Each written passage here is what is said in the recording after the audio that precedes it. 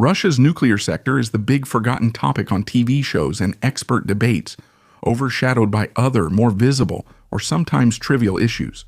Yet behind this relative media silence lies a project of major strategic importance. For about 20 years, Moscow has been deploying a nuclear strategy of formidable effectiveness. At the crossroads of a relentless fight against economic sanctions, a quest to acquire foreign currencies, and a long-developed industrial and diplomatic vision. Driven by the state giant Rosatom, this nuclear policy goes far beyond the energy sector. It ranges from uranium mining in Africa to turnkey construction of nuclear power plants on several continents, creating technological and financial dependency relationships locked in for decades.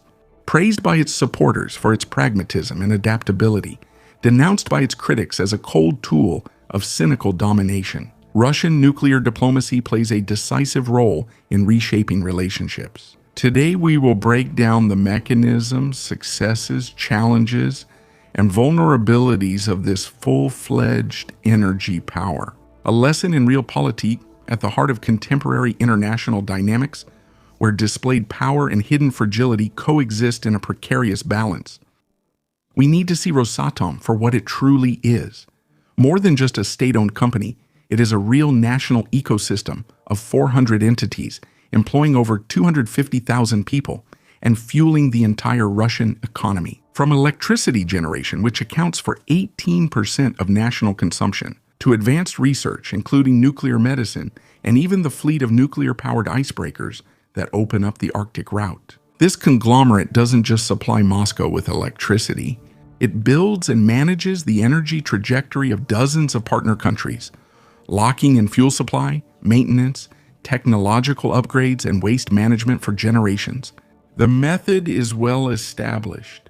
It offers countries that want to develop, break free from their dependence on former colonial powers, or even escape Western influence, a turnkey solution. Financing, training, delivery, life cycle management, and of course, favorable loans that are often, as we will see, backed by raw materials. A golden trap or a calculated gamble on both sides of the table. A few weeks ago, we saw the example of Korean weapons, and in fact, most states aim not only to sell, but above all to keep other client states for as long as possible. It's the same thing here. In any case, the result is clear. In 2024, Rosatom accounts for more than 40% of new reactor constructions outside of Russia, and 38% of the global market share in exported nuclear technologies.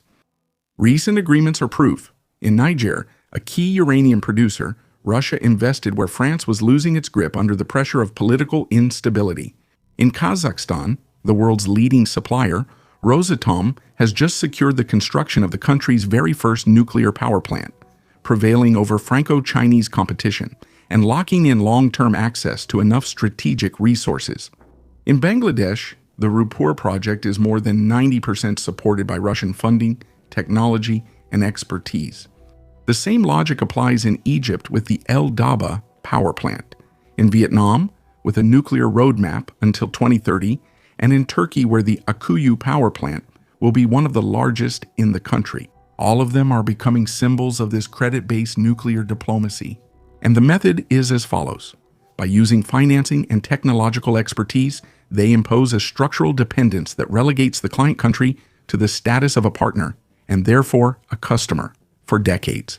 Nothing is left to chance. The training of thousands of local technicians to Russian standards, integrated management of the fuel cycle, and maintenance under exclusive license are attractive and make Rosatom much more than just a nuclear industry company, but a true exporter of hybrid sovereignty. Faced with this rise in power, competitors are scrambling to limit their decline. The United States, long dominant, is struggling to implement an industrial policy at scale, held back by public reluctance after Fukushima and the competition from shale gas. They remain very present in the field of nuclear fuel, particularly through Westinghouse, but are losing ground in the turnkey construction segment. This is despite calls for a de-Russification of the market, a market that appears in the American program as early as 2024, aiming to break the dependence on Russian enriched uranium. The United States has not yet found credible industrial alternatives that could compete immediately and has other priorities. China, on the other hand, combines industrial appetite with efforts to lock in supply chains, tripling its imports of Russian uranium in 2024. Beijing is also massively building its own reactors while expanding its regional alliances, oscillating between the status of client and consumer. Devenir avec la Russie.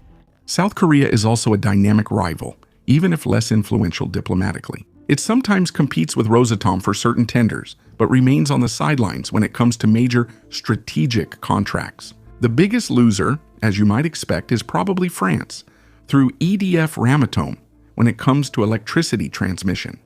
So it has major objectives, including gradually withdrawing from some of its former spheres of influence. France is also finding it increasingly difficult to attract developing countries that are looking for a simple solution.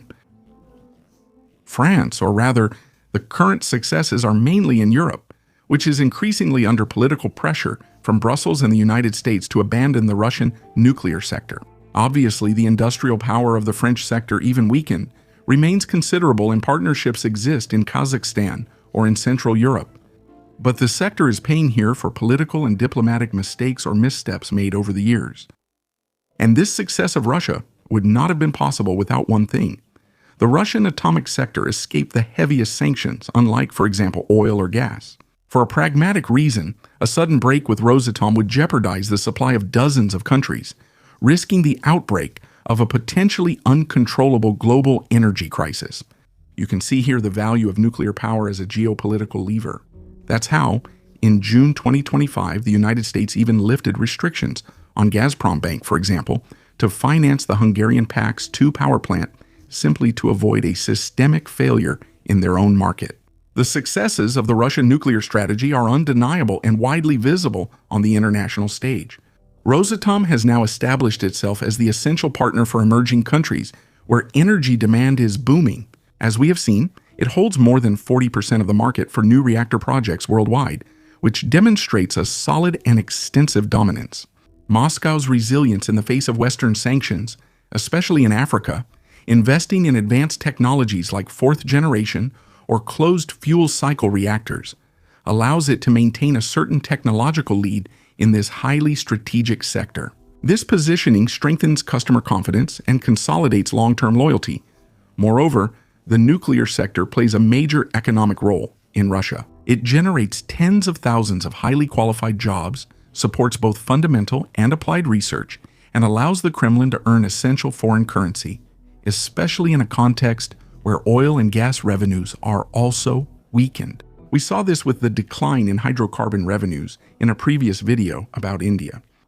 For example, in 2024, Rosatom reported about $18 billion in revenue, an increase compared to previous years. To put these numbers into perspective, however, hydrocarbon exports, gas and oil, would represent about $240 billion, according to 2024 estimates. On the diplomatic front, each plant built, each contract signed, helps to strengthen Russian influence, while weaving a complex network of long-term economic and political relationships.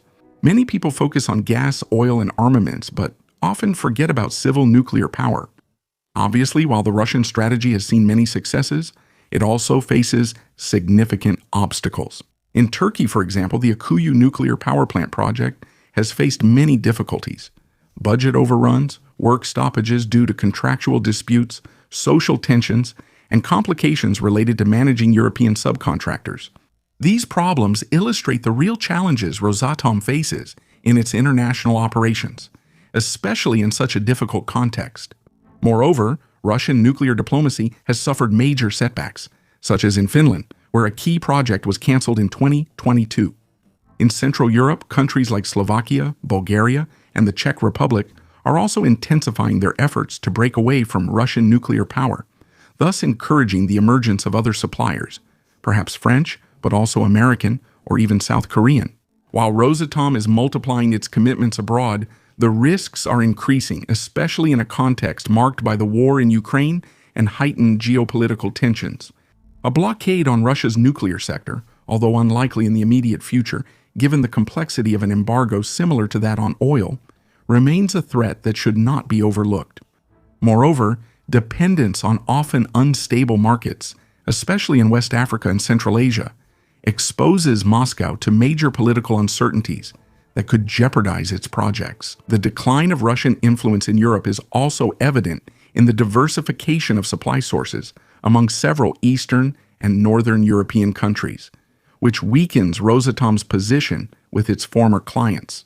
Finally, the rise of China, which is developing its own nuclear capabilities and exports, as well as the clear determination of Western powers to weaken all trade with Russia, should not be taken lightly. A state's nuclear industry is fueled neither by philanthropy nor by a passion for progress, but by cold, hard-eyed lucidity.